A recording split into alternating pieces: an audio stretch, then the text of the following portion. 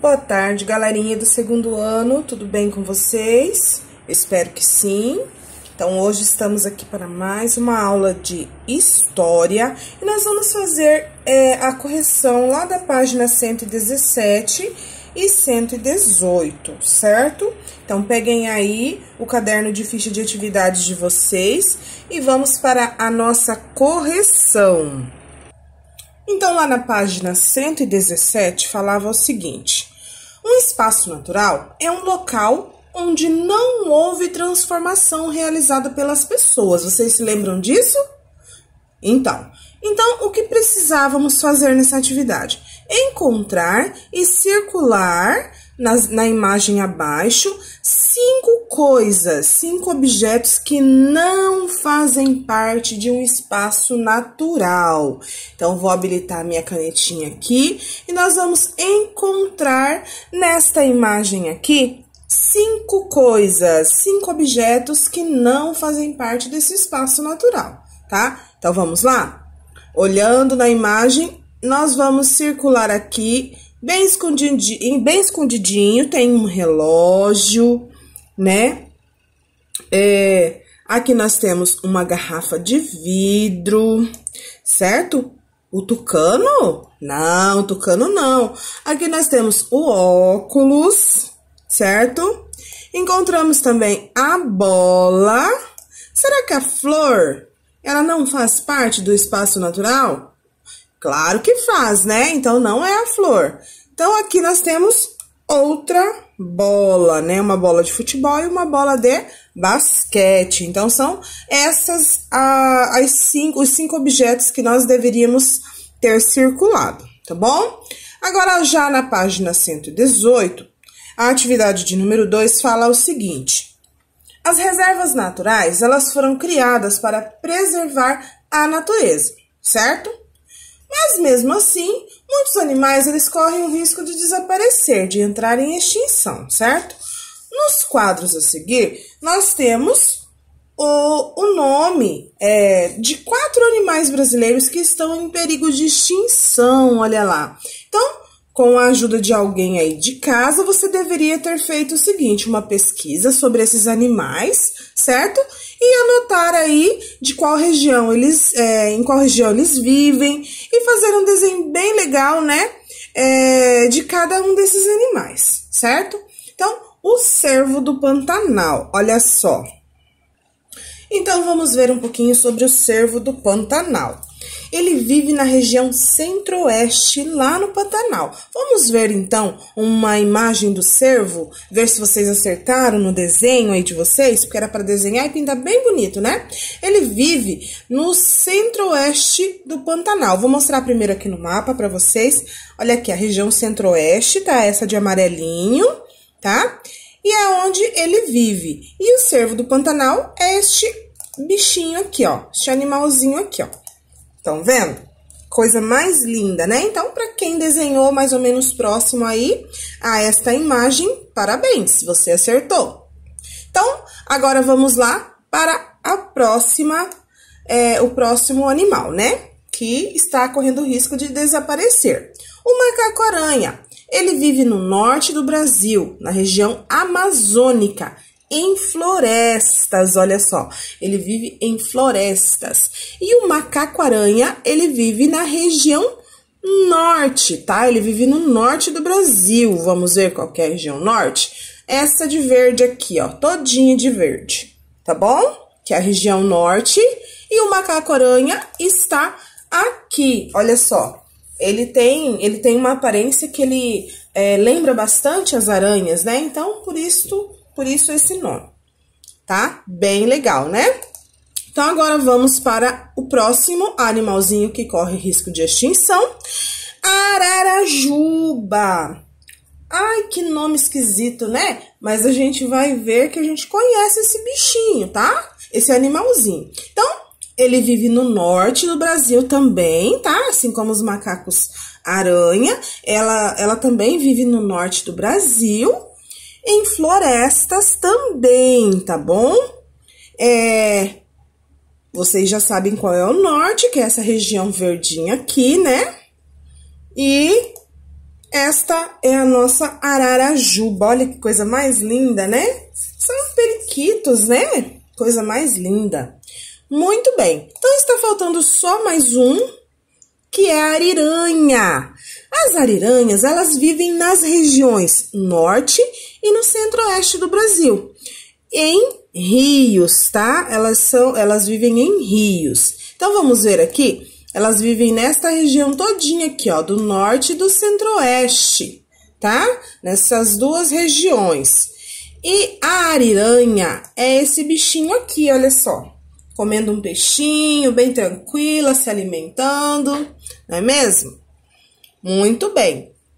Então, para quem conseguiu captar todas estas imagens, fez a imagem bem bonitinha nesse espaço aí da apostila, parabéns, você é um excelente desenhista, eu tenho certeza que todos fizeram, né? Agora, nós vamos partir lá para a nossa apostila, tá bom, pessoal? Na página 190. Lembrando que quem não enviou a foto do trabalho de história de vocês que a prof passou na aula passada, envie que ainda dá tempo, tá? Nós temos até hoje para vocês enviarem a imagem, tá? Do trabalhinho feito de vocês, ok? Então, agora nós vamos seguir lá na página 190 da nossa apostila. E lá nós temos um texto que fala sobre o espaço social. Lembrando que neste capítulo, gente, nós estamos estudando as pessoas e o espaço, né? Então, nós já falamos sobre historiando a natureza do Brasil, né?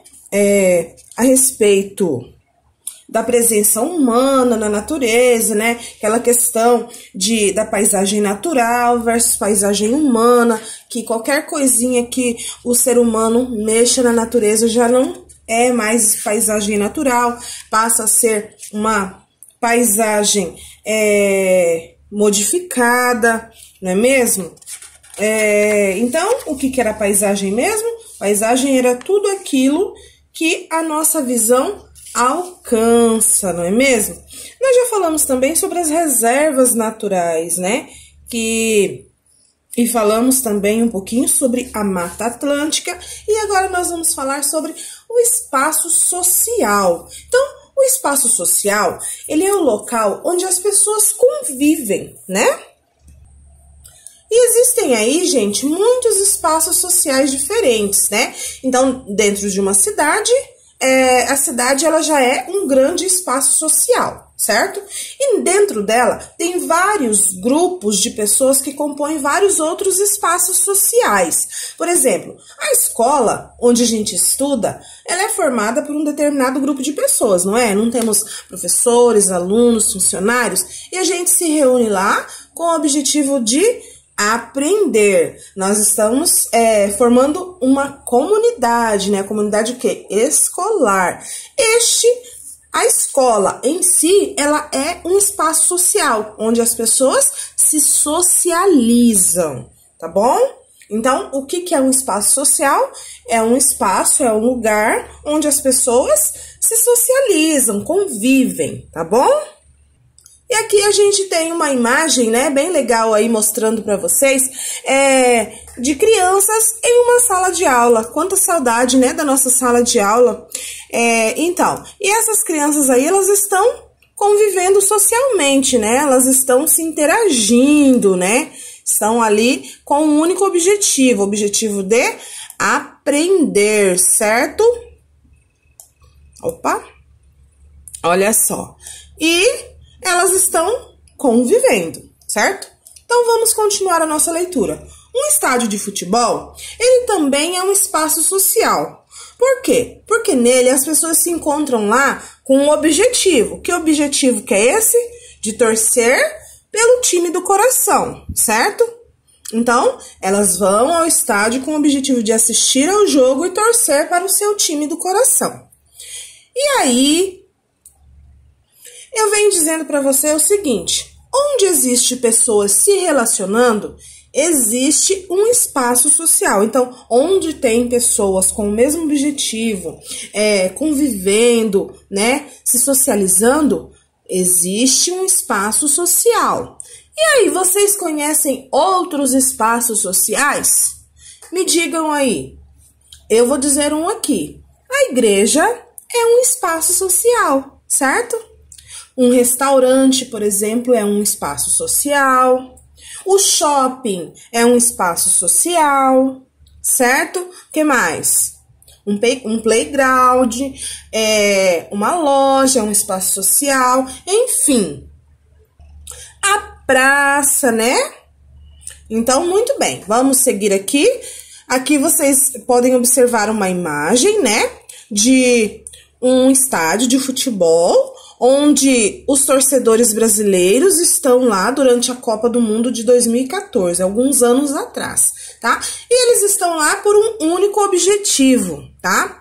Eles estão nesse espaço social por um único objetivo. Eles estão torcendo, né?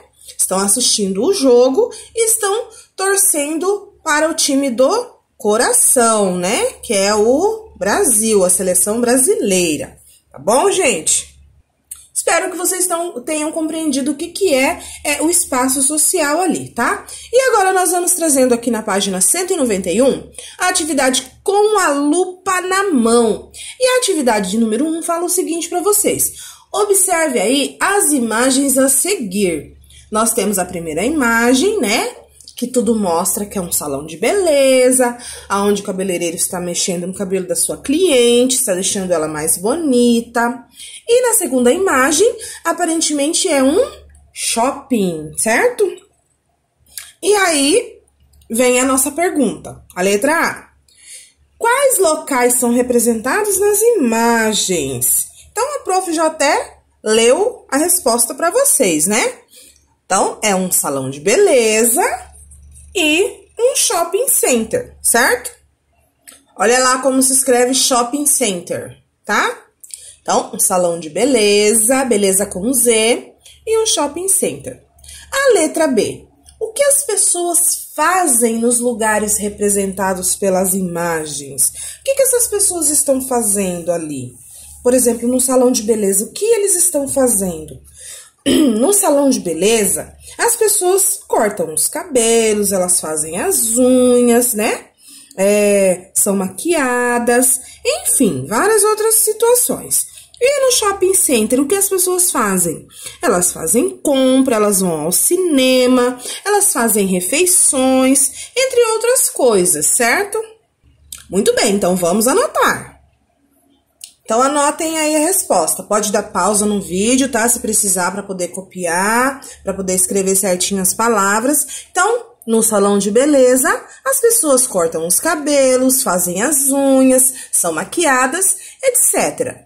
E no shopping? No shopping, as pessoas fazem compras, vão ao cinema, fazem refeições e etc, né? Que é entre outras coisas.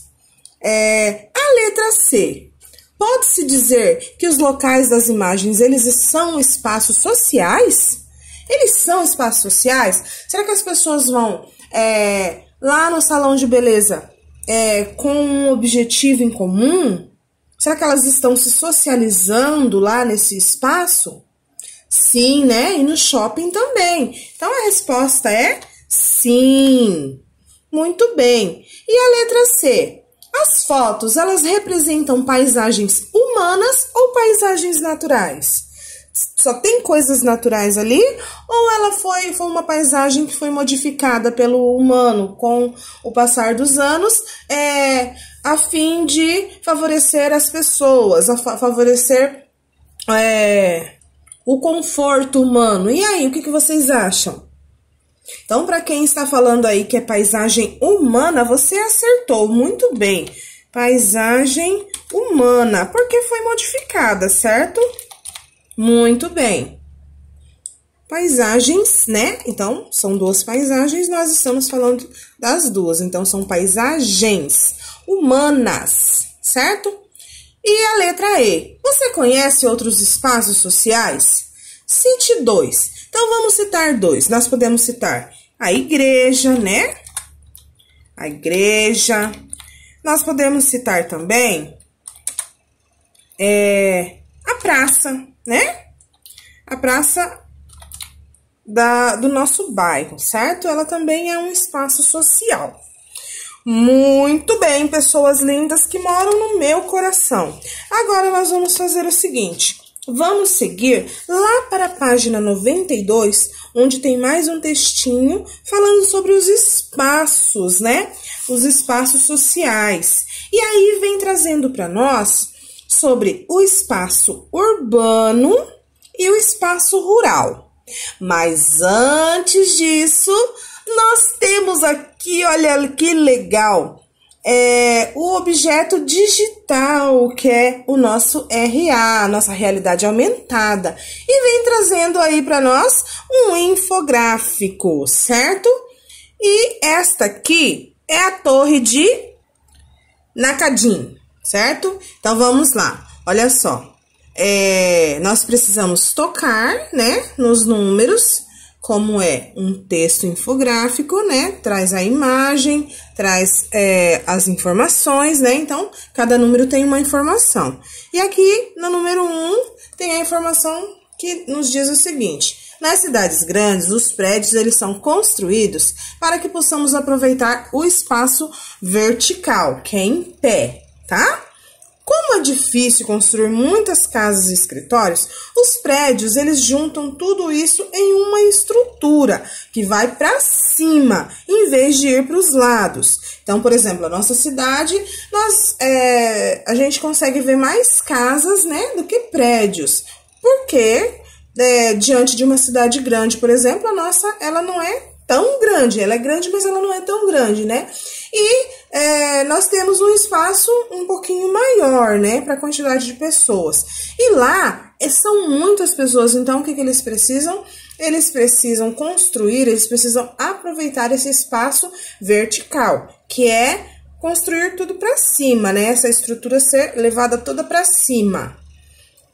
Muito bem. Então, vamos ver o 2. O que o 2 nos diz? Um exemplo disso é essa torre de cápsulas Nakajin, certo?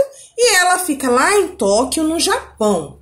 O terreno montanhoso do país faz com que poucos lugares eles sejam bons para morar. Por isso que as pessoas, tá? Por isso que as cidades, elas acabam concentrando muita gente, o que obriga as construções ter uma maior capacidade para abrigar as pessoas. Então, elas vão crescendo para cima, tá? No caso. Igual vocês viram aí nos prédios, certo? Muito bem. Olha o que o 3 nos diz. E essa torre de Nakajin, ela foi construída para que nela coubesse maior número de quartos, olha só, de quartos possíveis, aproveitando ao máximo o possível o espaço vertical do prédio, né, que é em pé, tá bom, pessoal, com essa base em pé.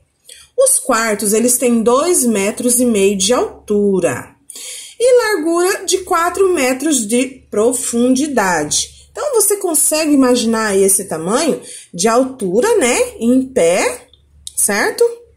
Tem 2,5 metros de altura. De largura, ele tem 4 metros de profundidade, certo? Então, quase como se fosse um cômodo mesmo de uma casa nossa, tá? Vamos ver o 4. O 4 nos diz o seguinte: as pessoas mal cabem dentro dos quartos, ó. Só ficam confortáveis se ficarem deitadas ou sentadas. Você imagina que espaço pequeno? Porque dentro desse espaço, aí eles conseguem colocar ali cama, a televisão, para que a pessoa fique confortável dentro desse quarto, né? E tem os botõezinhos depois ali para chamar as pessoas para estar atendendo. E aí, os banheiros e os chuveiros, eles ficam em outro lugar, tá? Separado. E são compartilhados por todas as pessoas do hotel. É diferente dos hotéis que a gente costuma se hospedar, né? Hotéis que geralmente lá tem o quarto, onde já tem um banheiro para vocês, né? Um banheiro privativo, né? Da pessoa. do hóspede, né? Tem um espacinho, tem uma sala, por exemplo, tem um quarto certinho, tudo bonitinho, com espaço para você caminhar. Nesse aí, não. Você só fica confortável se você ficar sentada ou deitado, tá? Não é possível andar. Olha que coisa ruim, imagina. Não deve ser muito legal não, né, gente? Muito bem. Então, este foi o infográfico da Torre de Nakadim, certo? Continuando aqui, então, vamos falar um pouquinho sobre os espaços urbano e espaço rural. Então, com o passar do tempo, os seres humanos eles foram transformando esses espaços naturais, né? No que deu origem a esse espaço rural e o espaço urbano. Vocês lembram o que era o espaço rural? Os sítios, né? As fazendas, as chácaras, enfim. E o espaço urbano? As cidades, certo? Então, vamos falar agora um pouquinho sobre os espaços urbanos. Perdão. Espaço urbano é o local ocupado pelas cidades. E é importante, pessoal, vocês lembrarem que as cidades elas são muito diferentes umas das outras, tá? Tem cidades grandes e cidades pequenas. Algumas cidades elas são antigas, as outras são mais novas. E isso faz com que todas elas sejam consideradas umas diferentes das outras, tá? Então, o que faz todas elas serem consideradas cidades? O que será que faz? Mesmo elas sendo umas grandes, outras pequenas, umas antigas, outras mais novas, o que faz elas serem consideradas cidades? A gente pode dizer que a cidade ela é um lugar habitado por pessoas, tá? E são habitações próximas umas das outras. Nas cidades existem ruas, tem construções, tem prédios públicos, né? O que são os prédios públicos? São escolas, são hospitais, são delegacias, prefeituras, enfim. E as cidades, elas têm locais com diversos tipos de trabalho. Atividades comerciais, por exemplo, farmácia, um mercado, certo? Lojas de roupas. Também tem fábricas e prestação de serviços, certo? Então, este é um espaço urbano, olha só. É o espaço, é uma imagem, tá? Uma vista aérea da cidade de Belo Horizonte, no estado de Minas Gerais. Então, é um espaço urbano, tá? Pois representa uma cidade. Muito bem. E aí, lá na página 193, nós temos com a lupa na mão, pessoal. Então, com a lupa na mão aqui, ele vem trazendo para você fazer o seguinte. Olha só. Você vai fazer aí a pesquisa sobre a nossa cidade. Pede ajuda aí para um adulto aí da sua família, para você encontrar essas respostas das perguntas a seguir, tá? Então, você vai pesquisar o seguinte. Qual que é o nome da nossa cidade? E aí, quem consegue escrever sozinho o nome da nossa cidade aí? Lembrando que nomes próprios, tá? Nome de cidade são substantivos próprios. E nós precisamos escrever a primeira letra com letra maiúscula, tá bom? Então, escreve aí o nome da nossa cidade. Segundo, em que ano ela foi fundada? Se vocês buscarem ajuda com um adulto, de repente o adulto consiga dizer esse ano para vocês. Mas, se você não tiver o adulto aí agora no momento para te ajudar, você pode pesquisar aí no Google, que o Google vai ajudar vocês, tá? Na internet. A 3. Quantos habitantes ela tem? E aí, quantos habitantes a nossa cidade tem atualmente? Você pode pesquisar aí no Google, que ele também vai trazer quantos habitantes a nossa cidade tem atualmente, tá bom, pessoal? E a 4, de que local você mais gosta aí na nossa cidade? De que local você gosta de ir, que você gosta de estar? Por quê? Tá? Responde essas perguntas aí pra mim, faça essa pesquisa e aí eu vou trazendo para vocês lá na página 194 a continuação sobre os espaços. Já falamos agora sobre o espaço urbano e agora eu vou trazer agora para vocês o espaço rural. E o espaço rural, pessoal, na página 194, ele é diferente um pouco do espaço urbano, né? E o espaço rural é o local onde são realizadas as atividades de agricultura, né, de pecuária, certo? Então, acontece a plantação de alimentos e a criação de animais, tá? O espaço rural é o local onde são realizadas essas duas atividades aí, econômicas, tá? Então, a agricultura e a pecuária. Agricultura, né? Plantação de alimentos, e a pecuária, criação de animais. Então, normalmente os espaços rurais, eles são habitados por poucas pessoas. Também tem poucas construções. A gente pode observar que as habitações, elas são distantes umas das outras, né? Só que isso não significa que estão longe do conhecimento e da comunicação com outras pessoas. Não, eles não são isolados. Eles têm a comunicação, sim, com outras pessoas. E hoje em dia, tá? Existem espaços rurais bem modernos, que têm altos aparelhos tecnológicos. Tem lugares que já tem energia elétrica, tem lugares que já tem o telefone, tem internet, tá? Nesses espaços rurais. Alguns lugares já tem, sim. Alguns ainda não tem, né? Mas uns já são bem atualizados, tá?